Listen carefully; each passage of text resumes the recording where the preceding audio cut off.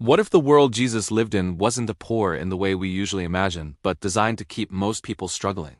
What if hunger, debt, and inequality weren't accidents of history, but features of an economic system so powerful that it shaped every village, every job, and even the messages Jesus preached? Today we're uncovering a hidden story, how money, power, and survival really worked in first-century Palestine, and why its collapse still echoes in our modern world. Palestine in the time of Jesus sat at a crossroads of empires. Rome ruled the Mediterranean world, and Judea was one of its smallest but most volatile provinces. On the surface, this was an agrarian society: farmers, fishermen, craftsmen, traders. But beneath that simple picture lay a complex economic machine driven by land ownership, taxation, debt, and political control. Key players dominated this system: Roman authorities, local kings like Herod the Great, temple elites in Jerusalem, and tax collectors who enforced Rome's will.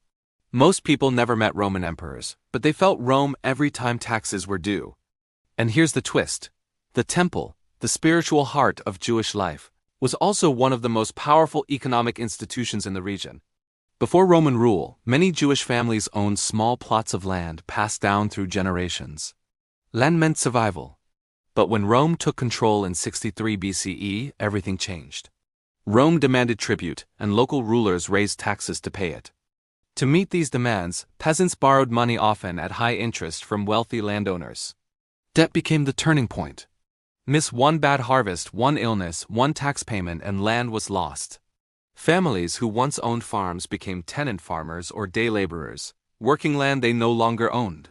By the time Jesus was born, economic inequality had exploded. A tiny elite controlled most land and wealth, while the majority lived on the edge of survival. Fishermen paid tolls to fish.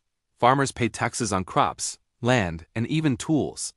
Temple taxes were mandatory, paid in special currency exchanged for a fee. Cause led to effect. Higher taxes caused more debt. Debt caused land loss caused urban migration. And migration created overcrowded villages filled with unemployed laborers. When Jesus spoke about daily bread, it wasn't metaphor, it was a real daily fear. Economic pressure eventually turned into social unrest. Revolts broke out. Banditry increased. Messianic movements rose, leaders promising freedom from Roman oppression and economic injustice.